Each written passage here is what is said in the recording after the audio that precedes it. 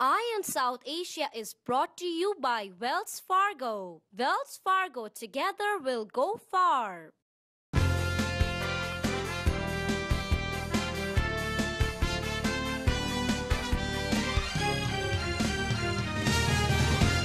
Welcome back to Ion South Asia.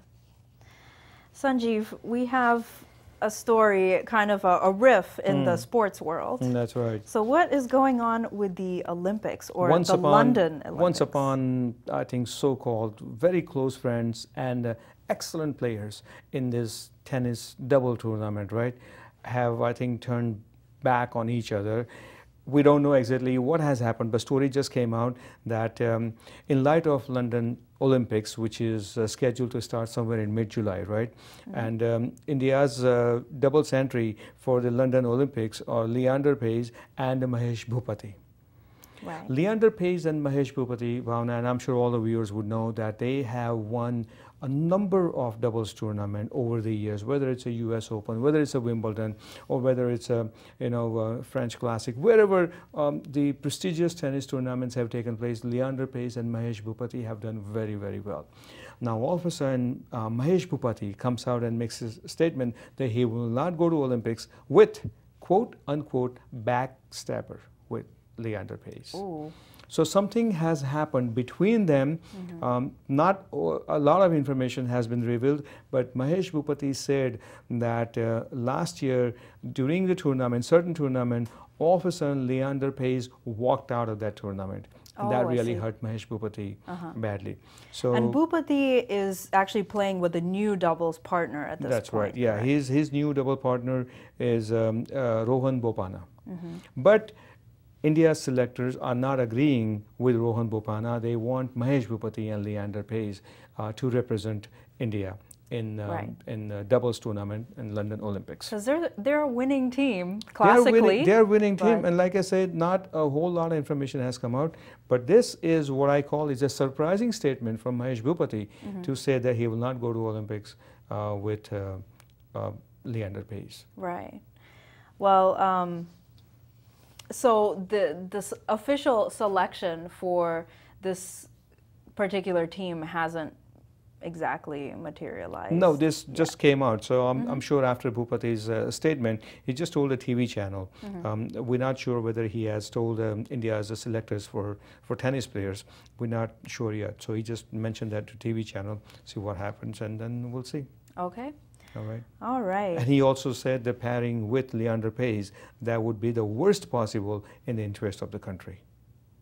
Oh, wow. So something really shocking has Yeah. been going on between these two guys. Yeah, definitely. I mean, we hope that there can be, if there is a new team, right, that it is a winning team and, you know, they're able to represent India. Yeah. So, We'll see, and we'll share it with you once we know exactly, what has happened. exactly. All right, so our next story is about a legendary ghazal singer, Mehdi Hasan. Right. He has passed away Right. in Karachi on Wednesday of this week. He had a prolonged illness. So can you tell us a little about his legacy and his songs? I think in the world of ghazals, if I recall, I think Mehdi Hasan's name has been on the top of the list for many, many years. It has been there, and I think it will remain that way. And a lot of ghazal singers, popular ghazal singers, followed after Mehdi Hasan. Mehdi Hasan actually was born in 1927.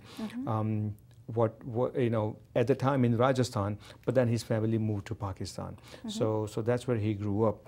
And I think with the death of this artist who gave very popular and a very, very great ghazals over the years, right? So with this, with death of this artist, I think it brings the curtains down on an era of lyricism, melody, and the poetry in light Hindustani classical music. So this is absolutely a shocking, although Mehdi Hasan Saab, which has been called fondly in the world of music, right? had been sick for many years, I would say 10 plus years. But on and off, he would, recover and then eventually go to the hospital and stuff like that. So for the last 10 to 12 years, he hasn't been singing a lot. He's been trying to recover. Yeah. But finally, Mehdi Hasan Saab has left us. He's no more in the world. And, this is shocking for Ghazal fans. Right. And he was big in the Pakistan music, movie Well, industry. not only in Pakistan, I think he was also equally popular in India. and worldwide also. Right. Yeah. And his unfulfilled wish, I think, one was that he wanted to come to India, but then I think in the last 10, 12, 15 years, he couldn't make it to India. But really his unfulfilled wish is that he wanted to see India, Pakistan unite. Oh, yeah, because he was actually born before the divide before of the these two partition, countries. Right. But then his family moved to Pakistan, which I think his family, said that that really hurt Mehdi Hasan, although he was just a young man at that time. Mehdi Hasan and Lata Mangeshkar, Voice of India, right? They have sung at one ghazal together, but that was not in the recording studio. They were not in the recording studio because Mehdi Hasan Saab had recorded his part in Pakistan and sent it to India, and Lata Mangeshkar recorded her part in India, and eventually it was patched together. Right. But they couldn't, Mehdi Hasan Saab said, one of my regrets is that I could not meet Lataji and I could not sing with her live in person. Right. So. Yeah, that's very unfortunate. Yep. And Mehdi Hasan, one of the reasons that he was very popular because he pioneered a ghazal gayaki that played upon the mood of the music rather than classical nuances. Because ghazal singing, live singing, could sometimes take longer period of time, and for a listener, it takes so much time to observe all the things and everything because it's a slow gayaki and it goes on and on. Right. But Mehdi Hasan Saab came up with this, that if there is a certain mood, come up with that kind of ghazal, and if there is another kind of mood, come up with another type of ghazal. And he was the expert in that. That sounds amazing. Sure. I should definitely check out some of his very famous songs. For example, Patta Patta, Boota Boota, Gulon Mein Rang Bare, Gulon Mein Rang Bare, Patta Patta, Boota Boota, then Apke Bichhde Hue, Hum Mile, and those are very popular ghazals. And if you get a chance, do check them out. Definitely. Yep. All right, so Sony Entertainment Television That's a good one. in Asia has launched Indian Idol Season 6. Right. By the way, did you ever watch American Idol? Did you watch the finale? I did not, no. Where this kid, I think, from Georgia, a 19-year-old kid, he became American Idol. Also, it could be season 6 or 7. I'm not sure, but just recently. So, I mean, I only follow towards the end because you really can't follow the entire season. Entire sequence. It's really difficult. Right. But this kid... You can follow the auditions and then the very end. Right. This kid, although being sick, because I think he did have some stomach and abdomen problems, but even though that, he stayed in the race and eventually he won. That's great. Yeah. But now let's talk about Indian Idol. The That's Indian more important. counterpart, Right. yeah. The Indian Idol has been running successfully for 6 seasons. Sure. And they have 4 music gurus who are going to kind of host this show. So it's going to be Salim Merchant, Anu Malik, Sunidhi Chauhan, and Asha Bhosle. Asha Bhosle is going to be like, I should say guest judge, but maybe premier judge, where if this judges don't agree, whether Anu Malik, Sunidhi Chauhan or Salim Merchant don't agree on certain things, then Asha ji can approve or disapprove on a singer's performance. So she's like a super judge. That's right. So Sony Entertainment is coming out with Indian Idol Season 6.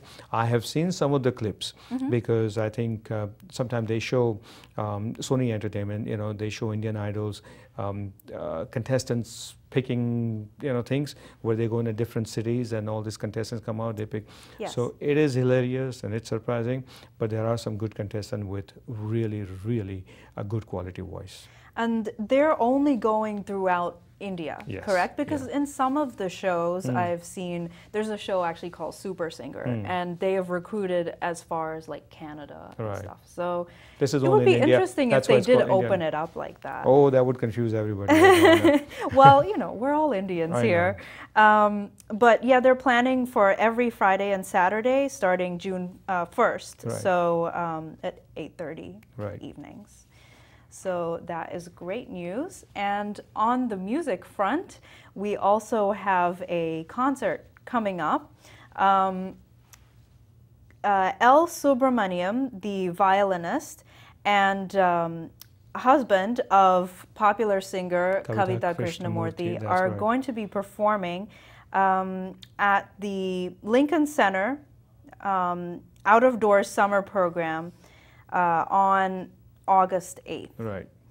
So the admission's free, and you know they're going to do it on a first come first served basis. I'm gonna mark my calendar because they both are very talented. Yes. Kavita Krishnamurthy is one of the most talented singers, especially when it comes to classics and everything.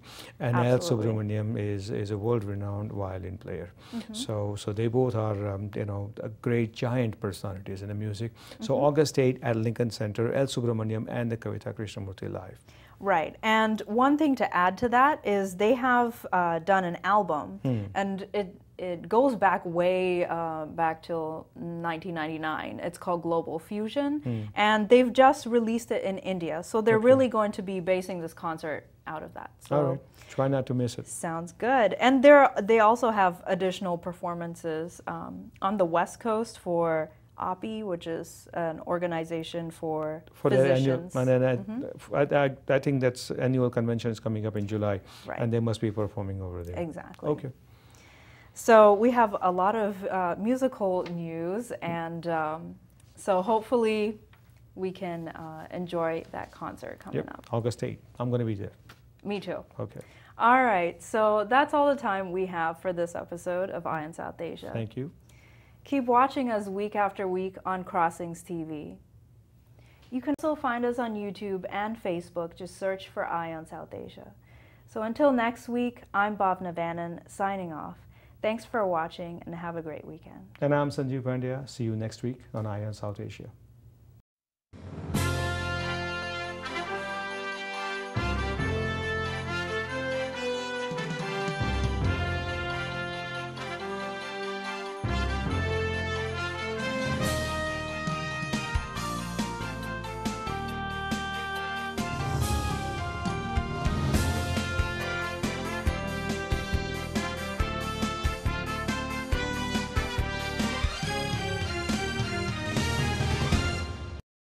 Eye on South Asia is brought to you by Wells Fargo. Wells Fargo, together we'll go far.